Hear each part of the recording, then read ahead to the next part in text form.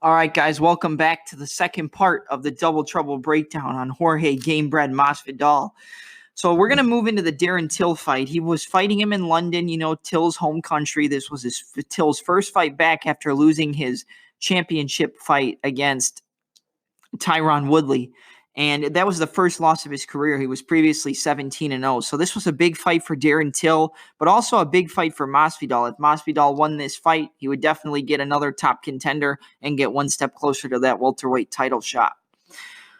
So let's start it out. Right from the get-go, Till doesn't really like to keep his hands up. He puts his hands out in front of him and kind of uses a Muay Thai style long guard. So he'll keep one hand kind of close to his chin, use the lead hand to gauge the distance and range, and then just push you back to keep you away from him so he can fire that lead jab straight left hand down the center.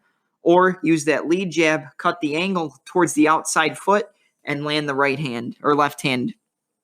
Land the left hand. So he did this right away, basically throughout the whole fight against Masvidal. And he likes to lean back, like I said. Doesn't keep his hands up. It's almost like a pull counter, but he doesn't really pull his head all the way back. And usually it leads to some trouble for him. Or we can't really say that because he's only lost 2 fights. But it definitely led to trouble against Masvidal and trouble against your boy T-Wood, Tyron Woodley. So Till is in a southpaw stance, right foot in front, left leg in back if you're not sure, and the power is going to come from your left hand. So Till flicks that right jab in Masvidal's face to close the distance and get closer to him, and then he gets lead foot dominance. This is extremely important in this fight against between Masvidal and Till.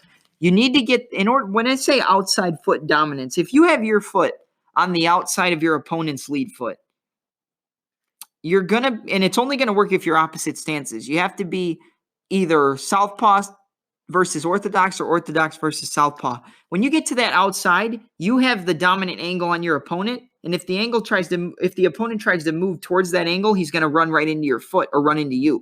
So getting that lead foot, outside foot dominance allows you to lean over towards that side that you're dominant on, and then throw that power hand right down the middle. So outside foot dominance, and this is what happened with Darren Till. He got the lead foot dominance, right foot on the outside of Masvidal's left foot, and then cut the angle with like a right hook as he got the angle, and then threw that straight left down the center and dropped Masvidal. And it penetrated right through his guard. Masvidal tried to keep that high guard for this exchange, and he was able to stuff it a little bit with that jab and then break right through it with the straight left hand right on the chin. Drops Masvidal, but Masvidal's able to get back up. And one of the reasons that this worked is Darren Till controlled Masvidal's lead left hand as he cut the angle. So he flicked that jab out, boom, boom, used the jab hand to grab the lead hand of Masvidal, push that hand away towards the power side of Till, cut the angle to the outside, and fire the power right down the middle, which was his left hand. And this worked, but Masvidal caught on as the fight went on. Let's see. Masvidal goes to leg kicks right away in this fight. Rear leg kicks and rear body kicks, and they landed a lot. And Till didn't really counter much. And when Till threw a leg kick, Masvidal was able to counter it and then ended up shooting a takedown off of it, which we'll talk about in a little bit. Masvidal uses that lead hand to control the distance again, just like, Till uses I'm sorry, I can't even talk, guys. Masvidal uses the lead hand to control the distance. Same thing Till tries to do, but Masvidal keeps his guard a little bit tighter and is more defensively minded than Till when controlling that lead hand. So Masvidal flicked that jab out. Boom, boom. Use that hand, leave it out there to control the distance and control and occupy your opponent so you can move in and counter for the kill. Till reaches forward to crowd Masvidal as Masvidal tries to get closer. And usually, whenever Till tries to move forward, or we've seen it in this fight especially, he'll push his hands out almost completely in front of his face. Like if you're going to push a bully away, you're going to take your hands and you're going to get on the chest and you're going to push. He'll do this with both of his hands and almost try to push your head away. This leaves his chin completely exposed and his chin up in the air, which usually is susceptible to getting a knockout, which is, we'll talk about that in a second.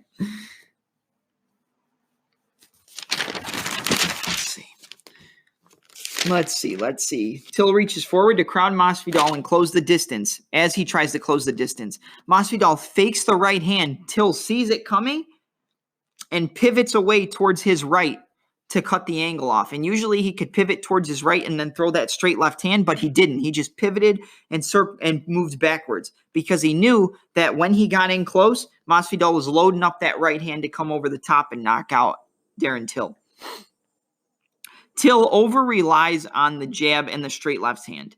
You could disagree with me if you want, but if you see Darren Till fight, one of the only combinations he uses is either a jab, a double jab and a straight left hand, a jab and a straight left hand, or fake the jab to the straight left hand. It's always the same combos. He doesn't really throw hooks or uppercuts. He'll throw the lead uppercut on the right side to fire that straight left down the center like Conor McGregor does.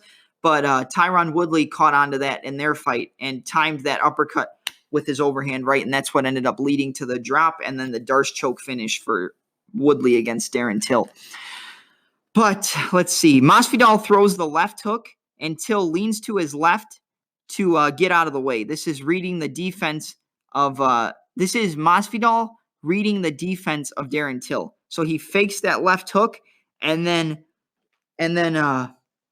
he sees that Darren Till just slips his head out of the way. But he doesn't use that back leg to push off and go back. So his distance isn't really being controlled the best that it can be. If you're going to slip, you want to have, obviously your weight's going to be on your lead leg because you're slipping to the outside. But if you're going to lean back and slip to gauge the distance, your weight is going to want to be on your back leg, so your power side, so you can push off and gauge more distance and get away quicker than if you don't move your feet. Footwork is one of the most important things in MMA, and you definitely saw it in this fight. And the more people realize how important your footwork is before anything else, we'll see a lot more better fights. And people have learned this as time went on, but Jorge Masvidal caught on to the footwork deficiencies of Darren Till. Well, like I said, if you do not step first before you lean, the opponent can close the distance on you much easier. Masvidal read onto this and used it in the fight. We'll talk about this. Masvidal threw an overhand right and Till pushes back or pulls back, but he didn't step first with the back leg. Masvidal comes back with a left hook that catches Till on the chin, and then Masvidal switches stance to southpaw after he lands the left hook. So he throws that overhand right. Till leans back, trying to get out of the way. Since he's leaned towards the left side of Masvidal, Masvidal comes back with that left hook from the power, or because he's crunched down in that power side, catches Till with the left hook. But as he throws the left hook, Masvidal brings his back leg forward and lands in a southpaw stance. So now, since that left hook was not the power side before, but the lead side, now if he wanted to come through with a straight left hand, since the left foot was transferred to the back and the right leg's in front, the power's in the left leg and he can come down the center. Let's see. Masvidal lands a right kick to the body in order to get his back away from the fence and towards the center of the cage, pushing Darren Till back. Because Till is all about pressuring you back towards the fence and then landing that right jab, straight left hand. And Masvidal read this and landed a kick to the body as Till moved forward, which backed Till up and allowed Masvidal to back away from the fence and get back towards the center. Like I said, Till's all about pressure forward and controlling that lead hand to get outside foot dominance and land the left hand down the center if you're in an opposite stance. If you're not in an opposite stance, he still wants to control and land that left hand down the center. Till tries the lead hand control again to cut the outside angle, but Masvidal reads it and turns his hand like inwards, like almost like he does when he grabs the kicks and pulls them away, and doesn't allow Till to grab that lead hand to control the distance and cut the angle. So it makes Till move back towards the other way and allows Masvidal to move back towards the center. Now we're going to get to the finishing sequence. Masvidal shifts from a southpaw stance by faking the right jab. So he's in a southpaw stance. He fakes the right jab, which usually is going to lead to that right hook. But he switches. Okay, hold on. So he's in an orthodox stance, right? He throws the jab, switches to southpaw stance, then quickly moves his foot back again, throws the right hook, but now he's back in an orthodox stance.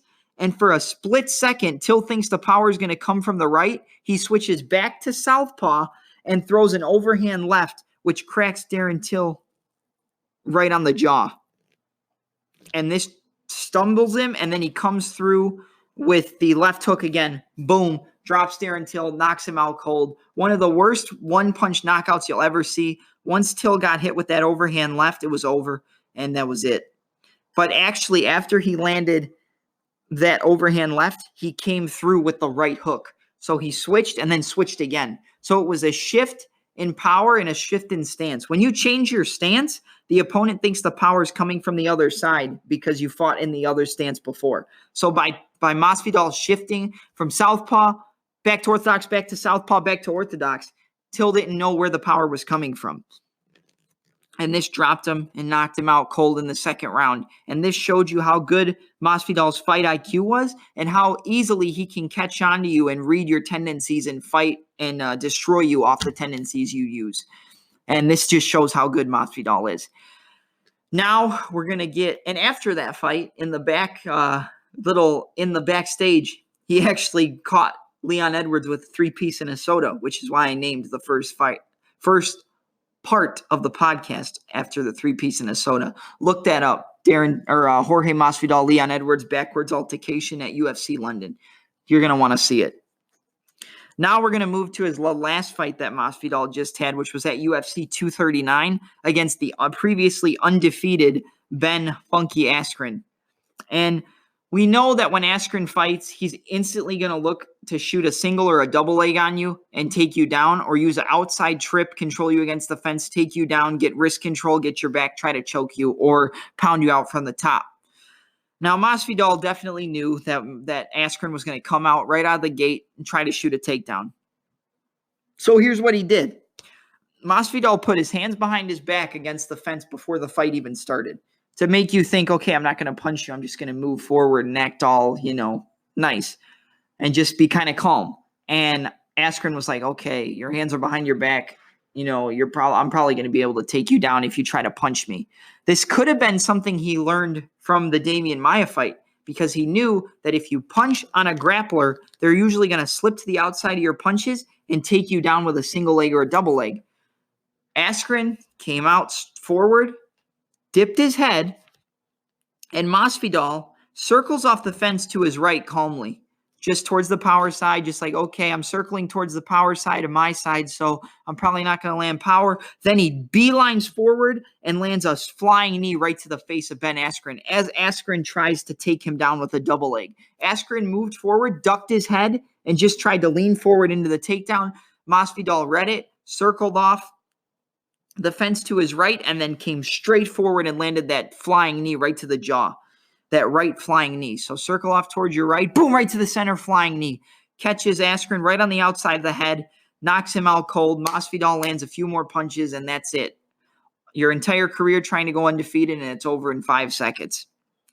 And like I said, Askren leaned in for the takedown without any setup. You have to set up takedowns if they're going to work. And they've obviously worked for Askren in his career before because he's 19-0. But when you get up to the top level and the best competition in the world, the stupid shit doesn't work anymore. And, you got to set everything up. Everything there's got to be a plan A, B, and C. And if plan A doesn't work, you go to plan B. If B doesn't work, you go to C. If C doesn't work, you better have a D, E, F, G in your back pocket to know how to get a new plan. If you don't have a new plan, you're going to get beat, which is what happened to Askren. He leaned in for the takedown without any setup. Masvidal studied this, and that's why the knee landed perfectly. He knew he was just going to lean in with his head coming forward, and he caught him with that flying knee. Fastest knockout in UFC history, by the way, 5 seconds. So that's it. That's all the fights I'm going to cover for for Jorge Masvidal in the breakdown. I hope you guys enjoyed it. And I really took a lot of time to break down, especially the Donald Cerrone fight, because that was one of the most the breakout performance for Jorge Masvidal in his career, I think, was how easily he was able to dominate Donald Cerrone in that 2-round fight. I mean, from start to finish, Cerrone really couldn't get anything off. and it just showed. And I explained it in the first part. If you guys haven't listened to the first part, definitely do so, because I needed to explain that in order to show you how much Jorge has evolved. We don't know what's next for him. Obviously, Nate Diaz called him out after his fight at UFC 241 against Pettis and said, let's fight for the baddest motherfucker on the planet title. And Masvidal smiled. I'm almost 100% sure that's what's going to be next for Jorge Masvidal. I know Brendan Schaub on his podcast said that's probably going to be a fight night main event, but it's not a fight night main event. I mean, I could see it, and I would love it to be on like ESPN, not ESPN Plus, but a regular ESPN, the 5-round main event. That'd be an amazing fight card, an amazing main event for ESPN. It would bring in all the viewers that they want. But I feel like they're going to put it on a pay-per-view, either 244 at Madison Square Garden or 245 towards the end of the year. That fight is definitely pay-per-view caliber, and I see them making it a co-main event with a title fight above it. Maybe if McGregor returns, or we get Khabib fighting again, or could be the co-main event to Covington and Usman if they end up fighting at 244 in Madison Square Garden. But yeah, guys, I hope the next fight for him is Nate Diaz. Maybe he'll use a 3-piece of soda and a side of fries in this one. Who knows? Come up with some new stuff, a little bit of gangster street fighter. But that's it. I hope you guys enjoyed the breakdown. I got to give a shout out to my boy Hedda. I said I would do it on the last one and I forgot. So there you go, buddy. And then also, guys, make sure you guys get this out for me. Like I said, I'm beating a dead horse here, but I can only promote so much on my own. I've got the podcast on Apple Podcasts now, so that's good. It's on a better platform than it was before. So we're on Spotify, Stitcher, Anchor, Google Podcasts, Apple Podcasts. We're making the moves, making the rounds, but I need you guys to help promote this as well. If you know your friends or family who are into MMA, get it out to them. Make sure they listen to it. If you want to get it to the actual fighters, I'd love for Gamebred, Jorge Masvidal, to hear this. I've got other breakdowns on Dominic Cruz, Alexander Volkanovski, Dustin Poirier, and Israel Adesanya. If you'd like to get those out to the fighters as well. If you'd like to just get my podcast out there for me, that's great. I've been emailing a couple people to try and get it out, but it hasn't really worked so well. I haven't gotten anything back, but I need you guys to promote it. If you like what I'm doing here, and you like what I'm doing, you can donate to the podcast if you like. Those are open. I'm not asking for donations. I'd rather have you get my name out there than donate. Put it on your Instagram, Twitter, Snapchat, Facebook. Text it to people. Put it on anything you got. Tell everybody you want just how good the Touch 'Em Up podcast is. And thank you guys for the support for everybody who listens. And that's going to be it for today, guys. That's been the Double Trouble Breakdown, Episode 5 on Jorge Gamebred Masvidal. I'm out, guys. Have a good night, everybody.